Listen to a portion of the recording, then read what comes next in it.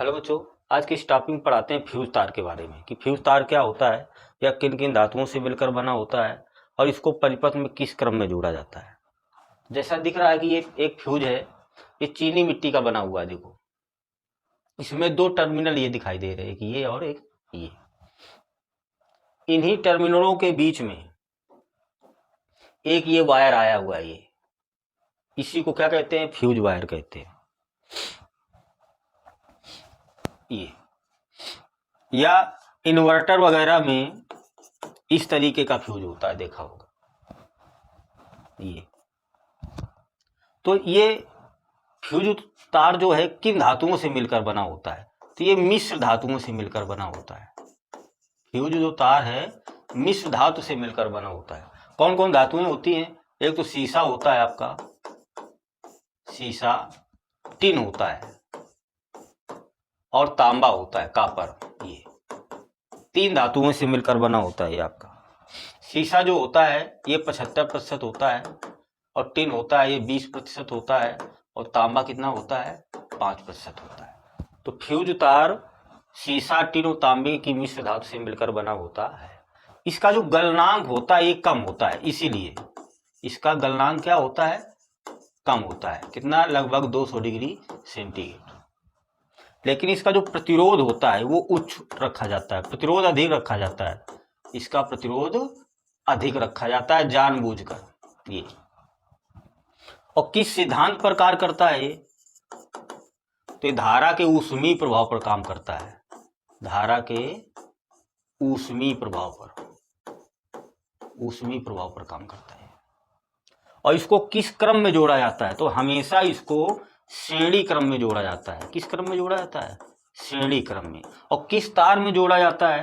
तो इसको फेज तार में हमेशा जोड़ा जाता है। फेज तार या गर्म तार, यानी प्लस वाले तार में हमेशा इसको जोड़ा जाता है। कैसे? मान लेते हैं कोई लोड है, यहाँ पर बल्ब वगैरह लगे हुए हैं, इस तरीके से पंखे वगैरह लगे हैं। ये यहां हमने एक फ्यूज को जोड़ दिया। क्या जोड़ा? फ्यूज को। ये फ्यूज है आपका। ये एक वायर है, इसमें बल्ब, पंखे वगैरह जुड़े हुए हैं। ये फेज वायर है। कैसा है? फेज वायर, फेज तार यानी प्लस वाला तार, गर्म तार है। क्या बोलते हैं इसे? गर्म तार भी बोला जाता है। ये इसमें कभी कभी क्या होता है, परिपथ में वोल्टेज अधिक हो जाता है, धारा बहुत अधिक आ जाती है, तो उपकरण क्या हो जाते हैं? खराब हो जाते हैं। तो उपकरण को बचाने के लिए उसके पहले हम क्या जोड़ देते हैं? फ्यूज लगा देते हैं, ताकि जब वोल्टेज अधिक आ जाए तो ये फ्यूज क्या हो जाए, क्योंकि ये धारा के ऊष्मीय प्रभाव पर आधारित है। जैसे करंट इसमें आएगा तो ये गर्म होगा, और जब ज्यादा करंट आ जाएगा तो गर्म होकर ये क्या हो जाएगा? पिघल जाएगा। जानबूझकर इसका रेजिस्टेंस क्या अधिक रखा जाता है। जब रेजिस्टेंस अधिक होगा तो ये क्या होगा? गर्म होगा। गर्म होगा तो पिघल जाएगा। तो जब अधिक धारा आने पर ये क्या हो जाता है? गल जाता है। और उपकरण जो हमारे होते हैं वो सुरक्षित बने रहते हैं। इसीलिए इसको हमेशा गर्म तार में लगाया जाता है, अर्थात फेज तार में लगाया जाता है।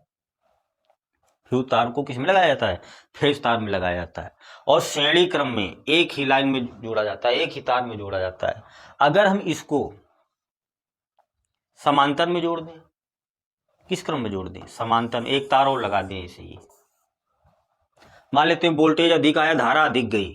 जब धारा अधिक गई तो ये क्या हो गया? टूट गया परिपथ।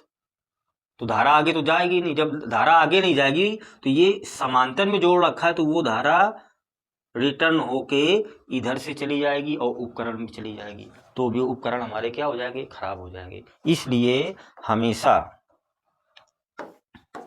फ्यूज को हमेशा समांतर में ना जोड़कर किस क्रम में जोड़ा जाता है? श्रेणी क्रम में जोड़ा जाता है, कि अगर धारा अधिक आ जाए तो ये क्या हो जाए? गल जाए, और उपकरण हमारे क्या रहे? सेफ रहे। इस प्रकार फ्यूज का यूज किया जाता है। सॉरी।